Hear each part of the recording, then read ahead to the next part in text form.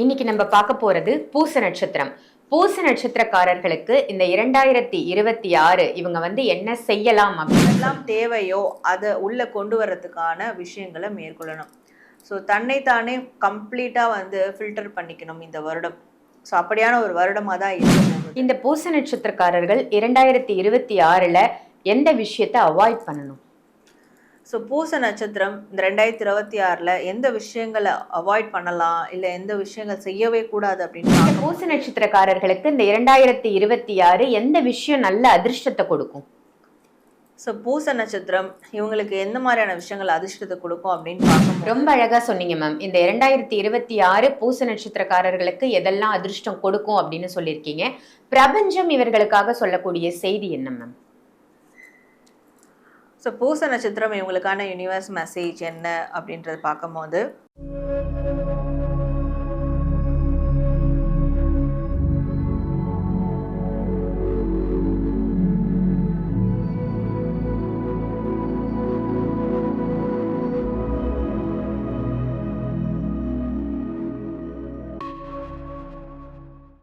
ஆன்மீக பரிகார நேயர்கள் அனைவருக்கும் அன்பான வணக்கங்கள். இன்னைக்கு நம்ம யாரை சந்திக்க வந்திருக்கோம் அப்படின்னு பார்த்தீங்கன்னா, தென்னிந்தியாவின் பெஸ்ட் டேரட் கார்ட் ரீடர் அப்படின்னு இவங்களை சொல்லலாம்.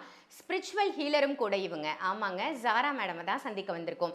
ஜாரா மேடமை சந்திச்சு இன்னைக்கு நம்ம தெரிஞ்சுக்க போகிறது 2026க்கான புத்தாண்டு பலாபலன்கள்.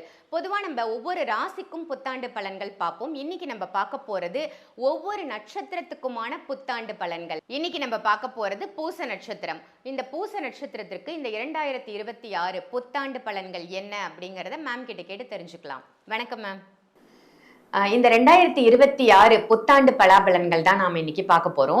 ஸோ 2026 யூஸ்வலா எல்லாரும் ராசியை பேஸ் பண்ணி சொல்லுவாங்க. நம்ம நட்சத்திரத்தை பேஸ் பண்ணி எடுக்கலாம் அப்படின்னு நம்ம டிஸ்கஸ் பண்ணும்போது பேசிட்டு இருந்தோம். எதனால மேம் நீங்க நட்சத்திரத்தை சூஸ் பண்ணீங்க? ஏன்னா நட்சத்திரமும் இன்னைக்கு நிறைய பார்க்குறாங்க. நட்சத்திரமும் ராசி எந்த அளவுக்கு பவரோ நட்சத்திரம் அதை விட பவர் அப்படின்றது நம்ம சொல்லலாம். ஸோ அந்த நட்சத்திரத்தை பேஸ் பண்ணி அப்போ நம்ம எடுக்கும் போது ஸோ இது இன்னும் அவங்களுக்கு ரொம்ப கனெக்டிவிட்டியாக இருக்கும். இந்த ஆண்டுக்கான அந்த நட்சத்திர பலன்றது ரொம்ப இன்னும் அவங்களுக்கு நிறைய விதமான கைடன்ஸ் இதனால் தெரிஞ்சுக்க முடியும். அண்ட் ஆப்வியஸ்லி நான் இதை வேறு எங்கேயும் நட்சத்திர பலன் ஸ்பெசிஃபிக்காக இதுக்கு நான் பண்ணலை. ஸோ நம்மளுடைய சேனலில் நிறைய ஃபாலோவர்ஸ் டாரோ ரீடிங்க்கு இருக்கிறாங்கன்றதை நான் தெரிஞ்சுக்கிட்டேன். ஸோ போன பதிவில் நான் தெரிஞ்சுக்கிட்டேன். அப்போது இந்த பதிவில் சிறப்பாக என்ன கொடுக்கலான்னு யோசிக்கும் போது அப்போ 27 நட்சத்திரத்துக்கும் நம்ம டாரோ ரீடிங் கொடுக்கலாம். கண்டிப்பாக அது எல்லாருக்கும் ரொம்ப வரவேற்புக்குரியதாக இருக்கும் அப்படின்றதுனால தான் ஸோ இந்த பதிவை எடுத்தது. Super ma'am. நட்சத்திர பலன் அப்படிங்கும்போது இதில் என்னென்ன மாதிரியான விஷயங்கள்லாம் அடங்கும் மேம்?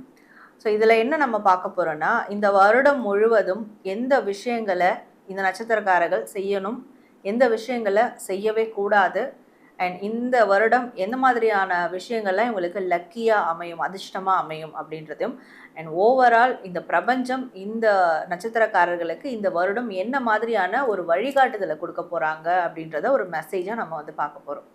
சூப்பர். ஸோ பிரபஞ்சம் சொல்லும் செய்தியும் நமக்கு தெரிய போகுது ஒவ்வொரு நட்சத்திரத்துக்கும். அதே மாதிரி என்ன செய்யலாம் என்ன செய்யக்கூடாதுன்னு சொல்ல போறீங்க. லக்கு அப்படின்னு நீங்க சொன்னீங்க. ரொம்ப எல்லாரும் எதிர்பார்க்கக்கூடிய ஒரு விஷயம்னு சொல்லலாம். ஸோ இந்த 2026 லக்கா அமையறதுக்கு என்ன பண்ணலாம் ஒவ்வொரு நட்சத்திரக்காரர்களும் தெரிஞ்சுக்க போறோம். ரொம்ப சிறப்பு மேம். நம்ம நேர நிகழ்ச்சிக்குள்ள போயிடலாம். கண்டிப்பா. இன்னைக்கு நம்ம பார்க்க போறது பூச நட்சத்திரம்.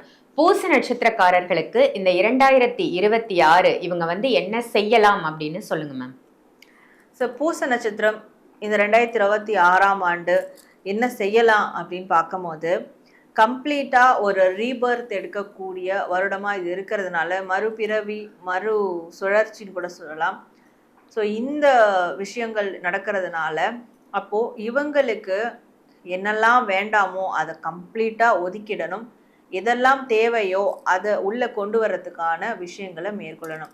ஸோ தன்னைத்தானே கம்ப்ளீட்டாக ஃபில்டர் பண்ணிக்கணும் இந்த வருடம். ஸோ அப்படியான ஒரு வருடமாக தான் இருக்க போகுது. ஸோ இந்த வருடம் ஸ்டார்டிங்லேயே இதை இவங்க பண்ணிட்டாங்கன்னா அப்போ வருடம் போக போக போக ஒரு 3 மாதம் கழிச்சுலாம் இவங்களுக்கு நிறைய நல்ல விஷயங்கள் நடக்கும். இவங்க எதிர்பார்த்ததெல்லாம் கிடைக்கும், எதிர்பார்ப்புகள் நிறைவேறும். ஸோ அதற்கான ஒரு சூழலும் சரி, அதற்கான வாய்ப்புகளும் சரி, அது கிடைக்கிறதும் சரி, அதை அவங்க அழகாக யூட்டிலைஸ் பண்ணி அதில் அவங்க நிறைவாக கொண்டு போகிறதுமா இருக்கட்டும், எல்லாமே கரெக்டாக நடக்கும். ஆனால் அதற்கு முன்னாடி இவங்க எண்டிங்ஸ் நியூ பிகினிங்ஸ் இந்த ஒரு விஷயத்த கண்டிப்பாக பண்ணியே ஆகணும். தேவையில்லாதது முடிஞ்சு போனது எல்லாத்தையும் தூக்கி ஒரு குப்பையில் போடுறதுக்கு சமமாக போட்டுடணும். என்ன இவங்களோட வாழ்க்கைக்கு அடுத்த அத்தியாயத்தில் தேவைப்படுதோ அதை நோக்கி அந்த விஷயங்களை மட்டும் எடுத்துட்டு அவங்க மூவ் பண்ணி கொண்டு போகணும்.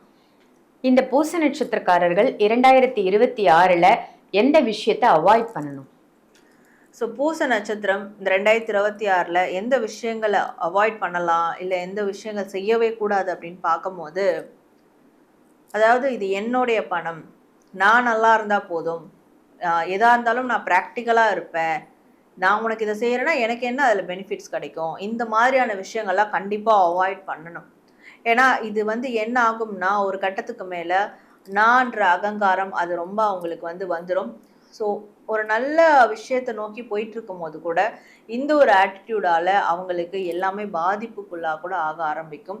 ஸோ அவங்களுடைய வளர்ச்சியில் மிகப்பெரிய சறுக்கல்கள் ஏற்படும். அதனால் நான்ற அந்த ஒரு ஆட்டிடியூட் அவங்களுக்கு எப்போவுமே இருக்கக்கூடாது. தனக்கிட்ட என்ன இருக்கோ அதை மற்றவங்களுக்கும் ஷேர் பண்ணணும், மற்றவங்களுக்கும் நல்ல விதத்தில் ஹெல்ப் பண்ணணும். ஸோ நான்ற ஒரு அந்த ஒரு ஈகோவாக இருக்கட்டும், இல்லை நான் கஷ்டப்பட்டு வந்திருக்கேன் அதனால நான் இவ்வளோ ஓவர் கான்ஃபிடென்ட்டாக இருப்பேன், நான் இவ்வளோ திமிராக இருப்பேன், இந்த விஷயங்கள்லாம் இந்த வருடம் கொஞ்சம் குறைச்சி ஆகணும். அது இல்லைன்னா ஓகே, வரவிடாமல் பார்த்துக்கணும். அது இருக்குன்னா அந்த விஷயங்களை ஆக்ஷனில் எப்போவுமே காட்டக்கூடாது அப்படின்றது தான் இவங்க ஒரு அவாய்ட் பண்ண வேண்டிய ஒரு விஷயமா இருக்குது. இந்த பூச நட்சத்திரக்காரர்களுக்கு இந்த 2026 எந்த விஷயம் நல்ல அதிர்ஷ்டத்தை கொடுக்கும்? ஸோ பூச நட்சத்திரம் இவங்களுக்கு எந்த மாதிரியான விஷயங்கள் அதிர்ஷ்டத்தை கொடுக்கும் அப்படின்னு பார்க்கும்போது, ஏதாவது ஒரு குரு வழிபாடு கண்டிப்பாக அதிர்ஷ்டத்தை கொடுக்கும்.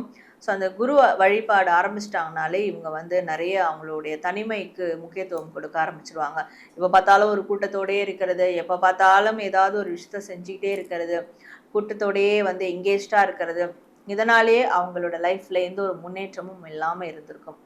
அப்போ இந்த 2026 ஒரு குரு வழிபாடு அவங்க எப்படி தனித்து நிற்கணும், தனித்து நின்னாலும் எப்படி அவங்க ஜெயிக்க முடியும், அந்த ஒரு விஷயத்த கற்றுக் கொடுக்கும். இந்த விஷயம் அவங்க கற்றுக்கிட்ட உடனே அவங்களுக்கு பண ரீதியான அதிர்ஷ்டங்கள் தான் முதல்ல நடக்கும். ஸோ பண ரீதியாக என்ன மாதிரியான ஒரு கடன் பிரச்சனை இருந்தாலும், லாஸஸ் இருந்தாலும், இழப்புகள் இருந்தாலும் அதெல்லாம் சரி செஞ்சுக்கிறதுக்கான ஒரு உத்வேகமும் ஒரு சஜஷன்ஸ் ஒரு வழிகாட்டுதலும் அவங்க குரு மூலியமாவோ இல்லை அவங்களுடைய உள்ளுணர்வு மூலியமாவே அவங்களுக்கு கிடைக்க ஆரம்பிச்சிடும். இவங்களும் நிறைய பேருக்கு ஒரு முன்னோடியாக இருக்கிற மாதிரியான ஒரு விஷயங்கள் நடக்கும். ஸோ இதெல்லாம் இவங்களுக்கான ஒரு அதிர்ஷ்டம் தரக்கூடிய விஷயங்களா இருக்கும். ரொம்ப அழகா சொன்னீங்க மேம். இந்த 2026 பூச நட்சத்திரக்காரர்களுக்கு எதெல்லாம் அதிர்ஷ்டம் கொடுக்கும் அப்படின்னு சொல்லியிருக்கீங்க. பிரபஞ்சம் இவர்களுக்காக சொல்லக்கூடிய செய்தி என்ன மேம்? ஸோ பூச நட்சத்திரம் இவங்களுக்கான யூனிவர்ஸ் மெசேஜ் என்ன அப்படின்றது பார்க்கும்போது, இந்த 2026ஆம் ஆண்டு இவங்க self respect and self worth இதை அவங்க மெயின்டைன் பண்ணணும். ஸோ அவங்களுக்கு எங்கே மரியாதை இல்லையோ அந்த இடத்துல அவங்க போகாமல் இருக்கிறது நல்லது. அதெல்லாம் அவாய்ட் பண்ணிக்கிறது நல்லது. அண்ட் தன்னைத்தானே டிமோட்டிவேட் பண்ணிக்கிறது, இந்த விஷயங்கள்லாம் அவங்க பண்ணவே கூடாது. சில பேரால் இவங்க அந்த மாதிரி கூட யோசிப்பாங்க, பட் அதெல்லாம் பண்ணவே கூடாது. அவங்களுடைய இன்னர் செல்ஃப், அவங்களுடைய வெளித்தோற்றம் எல்லாமே உடல் ரீதியான மன ரீதியான அந்த அழகை மேம்படுத்த அவங்க என்ன செய்யணுமோ அதெல்லாம் தாராளமாக செய்யலாம். ஸோ இதனாலேயும் அவங்களுக்குள்ளே நிறைய செல்ஃப் ரெஸ்பெக்ட் உருவாகும். அண்ட் நிறைய பேர் எதுவுமே கிடைக்கல, எந்த ஒரு வாய்ப்புமே கிடைக்கலன்னா வாய்ப்பை உருவாக்கக்கூடிய விஷயங்களை கையில் எடுத்துடணும்.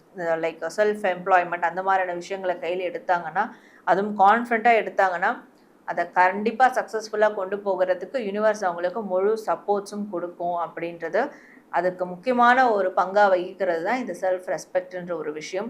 ஸோ அதை எப்போவுமே கடைபிடிக்கணும் அப்படின்றது தான் இவங்களுக்கு இந்த பிரபஞ்சம் தரக்கூடிய ஒரு மெசேஜாக இருக்குது. இந்த பதிவு உங்க எல்லாருக்கும் பயனுள்ள பதிவா அமைஞ்சிருக்கும் அப்படின்னு நினைக்கிறேன். மேடம் நீங்க சந்திக்கணும் அப்படின்னு நினைச்சீங்கன்னா, டாரட் கார்டு மூலமா உங்களுக்கு இருக்கக்கூடிய பிரச்சனைகளை நீங்க தீர்த்துக்கணும் அப்படின்னு நினைச்சீங்கன்னா, வீடியோல தெரியிற நம்பருக்கு கால் பண்ணி அப்பாயின்மெண்ட் வாங்கி டைரக்டா மேடம் நீங்க சந்திக்கலாம். ஆன்லைன் கன்சல்டேஷனும் இருக்கு. ஸோ நீங்க அதையும் பயன்படுத்திக்கலாம். இதே மாதிரி வேற ஒரு நல்ல நிகழ்ச்சியில உங்க எல்லாரையும் சந்திக்கின்றேன். நன்றி, வணக்கம்.